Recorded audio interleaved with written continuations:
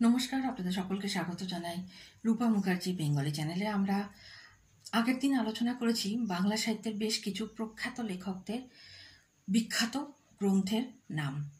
আজ আমরা তার দ্বিতীয় পর্বে চলেছি আধুনিক কালের প্রথম পর্বে বেশ কিছু রচয়িতা ও তাদের গ্রন্থ নাম আলোচনা করতে। চলুন শুরু করা যাক। ভিডিওটি ভালো লাগলে অবশ্যই লাইক, শেয়ার, কমেন্টস করবেন, চ্যানেল সাবস্ক্রাইব করে পাশে থাকবেন। কথোপকথন গ্রন্থের রচয়িতা উইলিয়াম ক্যারি। রাজাবলী গ্রন্থের রচয়িতা মৃত্যুঞ্জয় বিদ্যালঙ্কার। চারুপাঠ গ্রন্থের রচয়িতা অক্ষয় কুমার দত্ত। সফল স্বপ্ন গ্রন্থের রচয়িতা ভূদেব মুখোপাধ্যায়। অভেদী গ্রন্থের রচয়িতা প্যারীচাঁদ মিত্র। নবনাটক গ্রন্থের রচয়িতা রামনারায়ণ তর্করত্ন।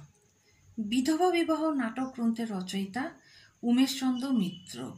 আমি আপনাদের কাছে অনুরোধ করব, খুব ভালো হয় যদি আপনারা গ্রন্থের নাম ও রচয়িতার নাম পাশাপাশি লিখে নেন।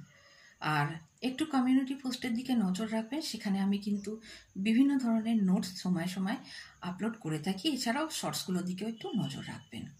চলুন তাহলে কন্টিনিউ করা যাক। লিপিমালা গ্রন্থের রচয়িতাকে রামরাম বসু।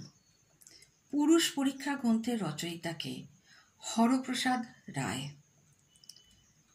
আখ্যানমঞ্জরি গ্রন্থের রচয়িতাকে ঈশ্বরচন্দ্র বিদ্যাসাগর বা ঈশ্বরচন্দ্র বন্দ্যোপাধ্যায়।